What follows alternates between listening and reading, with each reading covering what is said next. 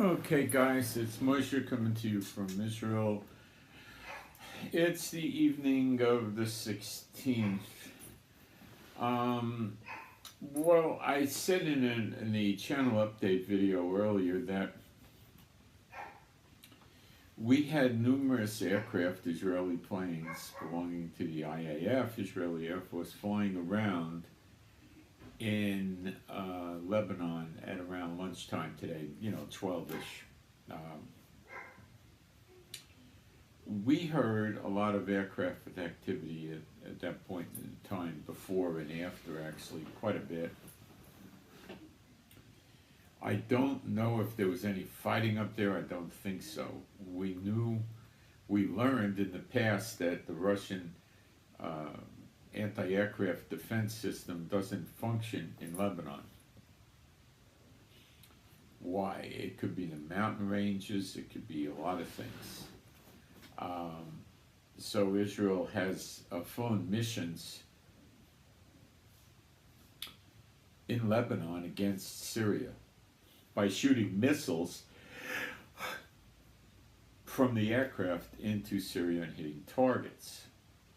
So they could have been doing reconnaissance for their own self or for Saudi Arabia. Now, the head of our IDF military forces came out and said today that he is open to sharing intelligence regarding Iran with the Saudis. Well, Hezbollah is a puppet of Iran, so that would count that type of stuff up in Lebanon. So it could have been an intel collection. It wasn't, as far as we could tell, an attack, but they could have been getting recent photographs for the Saudis to attack. They could have been identifying locations of anti-aircraft radar in Lebanon that Hezbollah may have, and in Syria as well, to pass on to the Saudis. This is intelligence gathering that we would be able to excel in far more than what the Saudis would be capable of.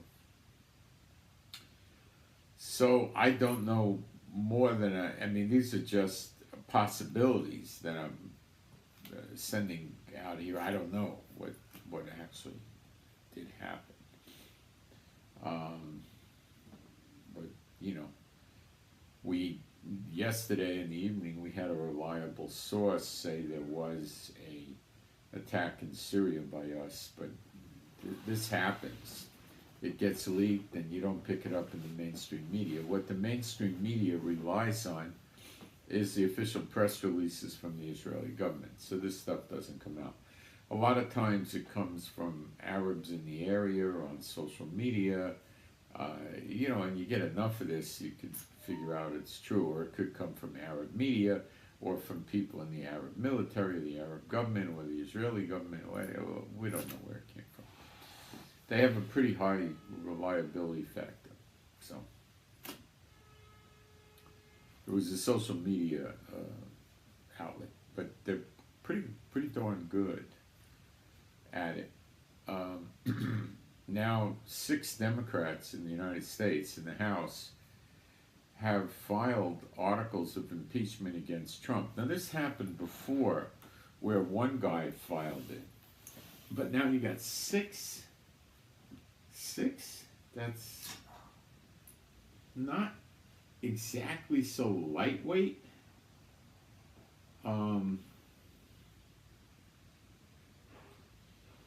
They want to remove him for high crimes and misdemeanors. The people filing were Steve Cohn out of Tennessee, John Yarmouth, Kentucky, Adriano Espaillat in New York, Luis Gutierrez, Illinois, Al Green, Texas, and Marsha Fudge, Ohio. 5 articles of impeachment. There was 6 congressmen, and the impeachment had like 5 articles, 5 counts, you might say, something like that. They were saying Trump was guilty of obstruction of justice for having fired the FBI director Comey, was in violation of the Constitution's emolument clause due to Trump Organization's business relationships with foreign entities, and had undermined federal courts and First Amendment freedom of the press. Sounds like they're grasping for straws here.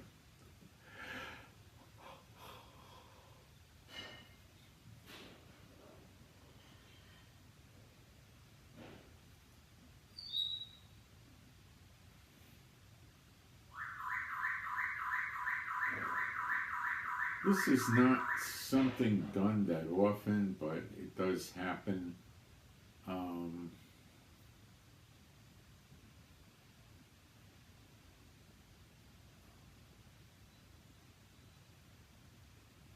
Even Pelosi said that she didn't seem to think it was strong enough.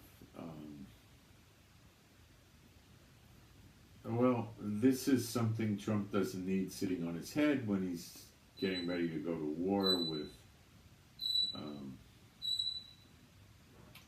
North Korea, or so he says, that he's going to war with North Korea. We don't know what in the world he's really going to do. I don't know. So that's really what I see going on. And as I told you guys, we opened up a generosity account, which is the fundraiser we used to use, and it's part of Indiegogo, and the information's in the description box.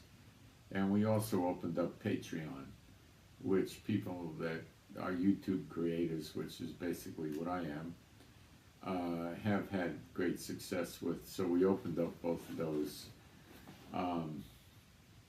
The MoneyGram thing is dead. They just became a schizoid company. I checked on forums, and I can send you guys links if you want. And they are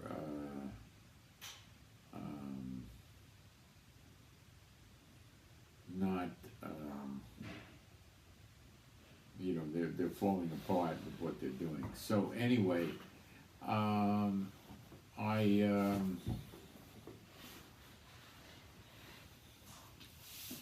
I've got that covered, so that was a pretty full day. Now we're coming up on Thanksgiving, and the question is to do Thanksgiving and not to do Thanksgiving. Well, what are you celebrating? Like, if you're going to do the 4th of July, what are you celebrating? The Independence Day of the United States. You pretty much know what you're celebrating. What are you celebrating on Thanksgiving?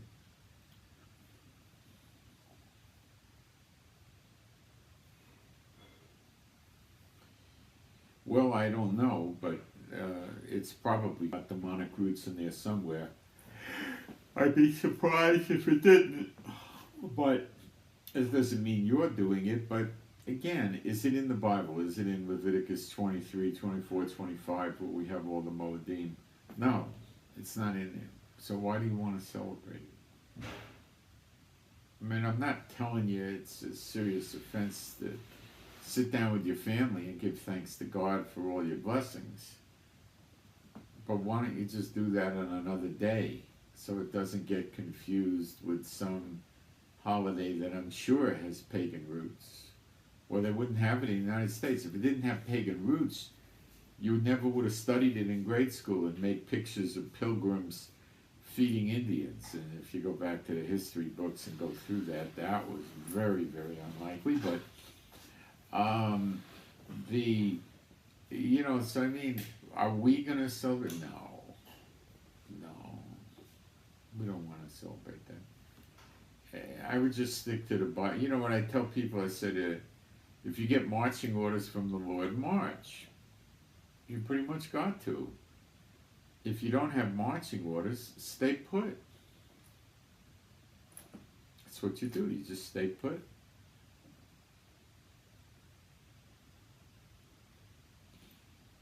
That's it. That's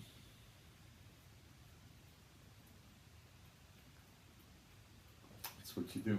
So on this, I would think it's probably better to just let this one go, because people could confuse it and you observing it with something else. I mean, the churches observe it, don't they? Well, if it wasn't demonic, why would they observe it? Well, they also do something about 4th of July, do they? Most of them don't. They don't. They don't do much about the 4th. They'll say something about it, but they really don't. I suppose there are churches that would have a picnic and stuff like that, you know. I'd skip it if I were you. I mean, I'm not here to tell you what to do, but I wouldn't observe it. All I could do is offer to you what I would do, and what I would do is not observe it, because it's not a biblical holiday, so why get involved with it, you know?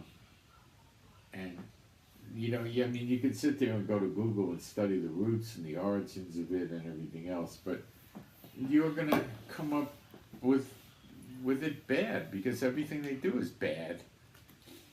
What does churchianity do that's not bad? Nothing. Easter, Christmas, the singing Christmas tree, the cross, the sign of Tammuz, the sun god who they worship on Sunday. You know, and people come around and say, well, I know a lot of people who go to church and they don't know who Tammuz is, and they don't know the cross and this and that. Well, you know,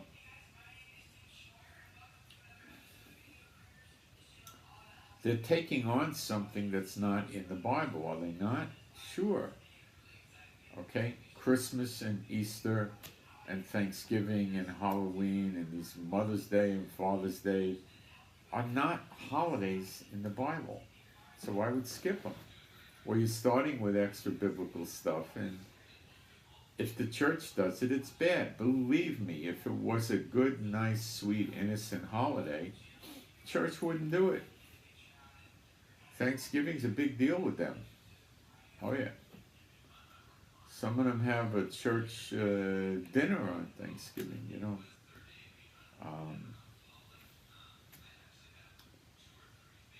I worked in places, I was in a union, and they handed out turkeys for Thanksgiving to everybody. You know, I just don't know what,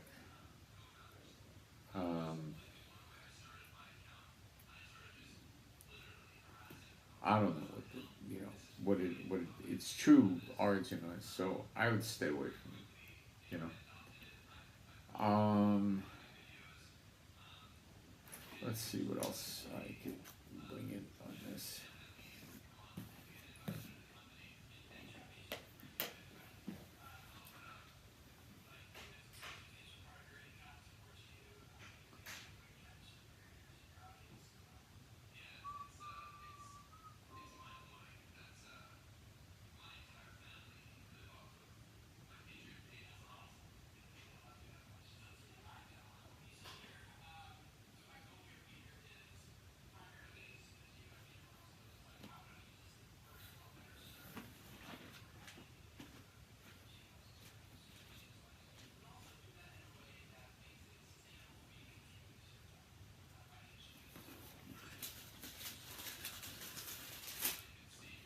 Oh, some of these Bibles don't.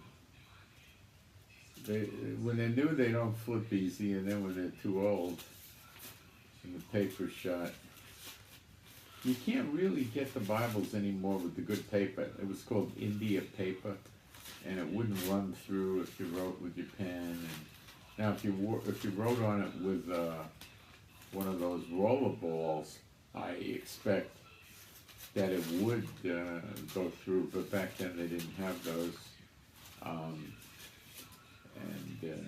the India paper was.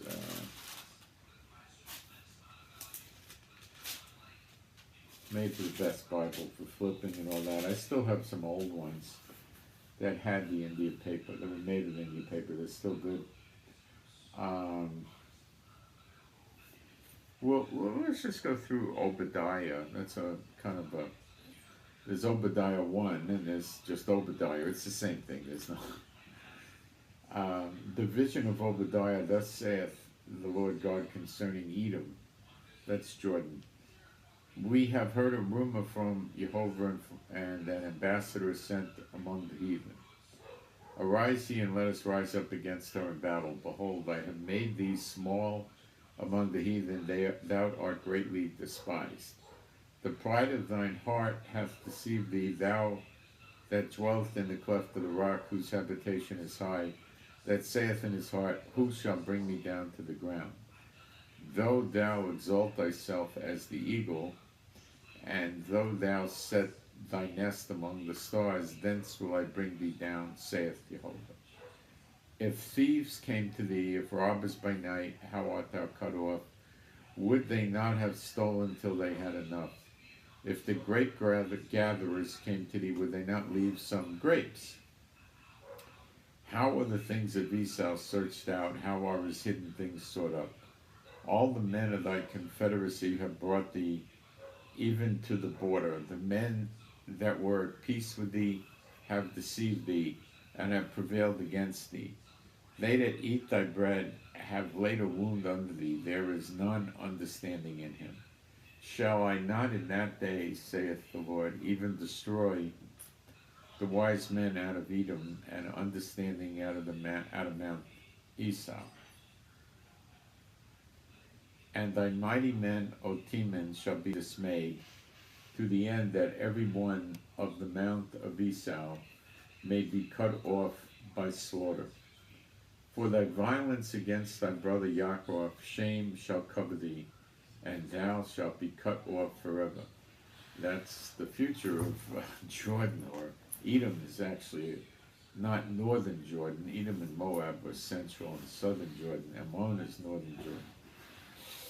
In the day that thou stoodest on the other side, in the day that the strangers carried away captive his forces, and foreigners entered into his gates, and cast lots upon Jerusalem, even thou wast as one of them. It's bad, bad. But thou shouldest not have looked on the day of thy brother, in the day that he became a stranger, neither shouldest thou have rejoiced over the children of Judah in the day of their destruction. See, when God does something bad to the enemies, you're not supposed to rejoice over it, or he takes the punishment away. Neither shouldest thou have spoken proudly in the day of distress. Thou shouldest not have entered into the gate of my people in the day of their calamity. Yea, thou shouldest not have looked on their affliction in the day of their calamity, nor have laid hands on their substance in the day of their calamity.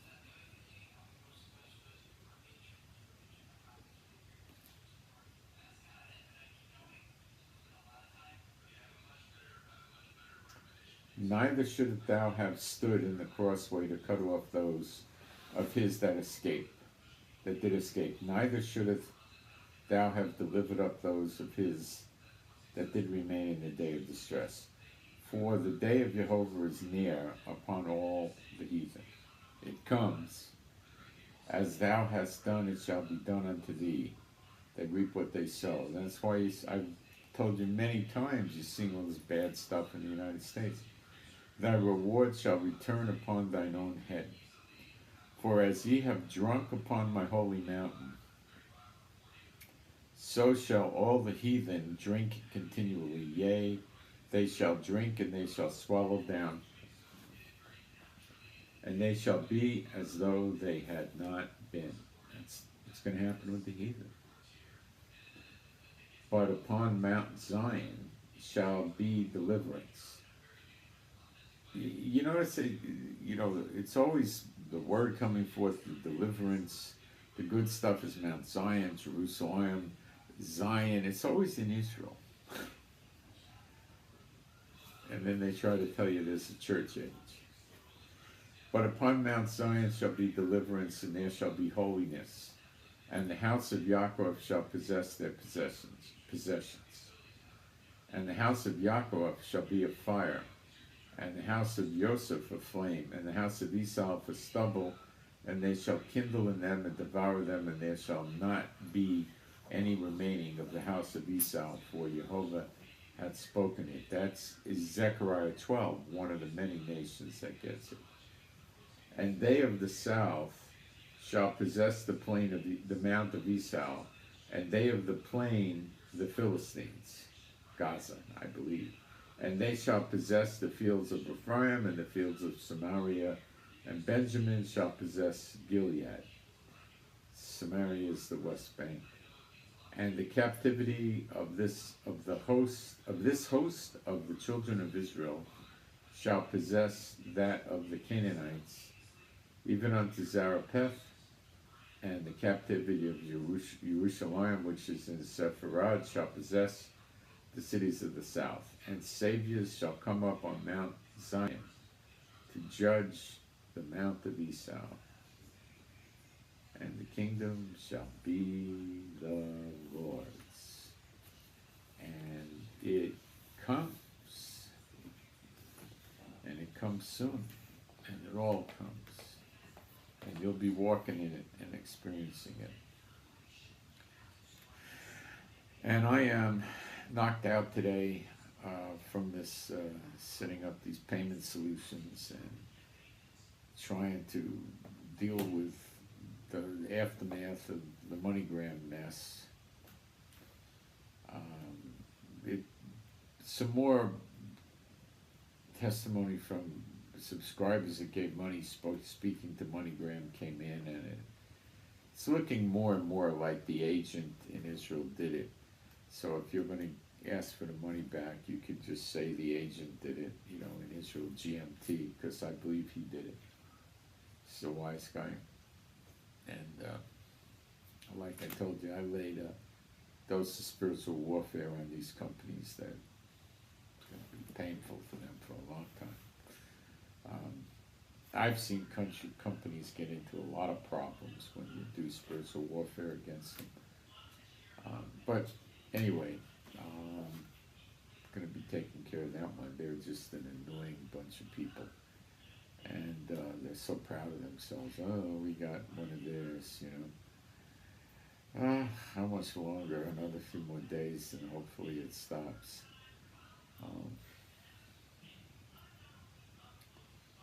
You can't live with these people. You just can't live with them.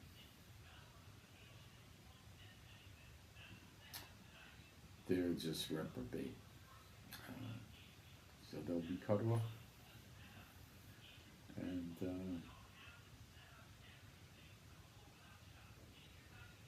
I don't know, but more I could say about them. I covered that earlier today in the spiritual warfare, which I gave you some more interesting strategies that I had been working on.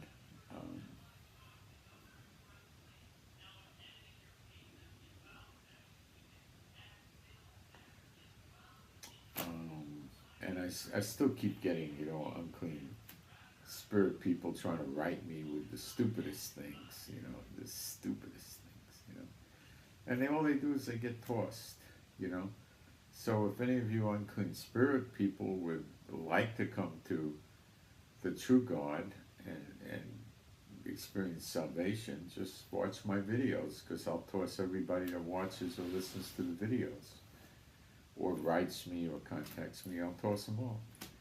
And I'll also toss everybody who lives in the house with you and everyone that counseled you for doing evil or to do evil in the last few years. So all the people around you will be demon free, and then you can come to God and ask for forgiveness and be forgiven and be a new person and a new creation in Christ Jesus, and hopefully attain eternal life instead of running around with the liar and deceivers, these unclean spirits. So we'll see that. So if you just want to get rid of your unclean spirits, just write me, contact me, or just listen and watch the videos, and that'll do it. And then you'll be free to do what you want. You could return back to your vomit, or you could escape. It's easy. God will take care of you. And that's what I got. So the offering information is now Generosity, Patreon, and Western Union, and it's in the description box of the video. There's an email address in there, israelgiving7@gmail.com. And there is, we appreciate prayers for me and my wife Rivka for health and healing, and for our animals and our pets, and peace and joy for all of us, and strength, stamina, and endurance. And please pray for our finances, and pray for the peace of Yerushalayim, you know. And if you're wondering why you love Yerushalayim, well, why shouldn't you love your house? Okay, guys, I'm out.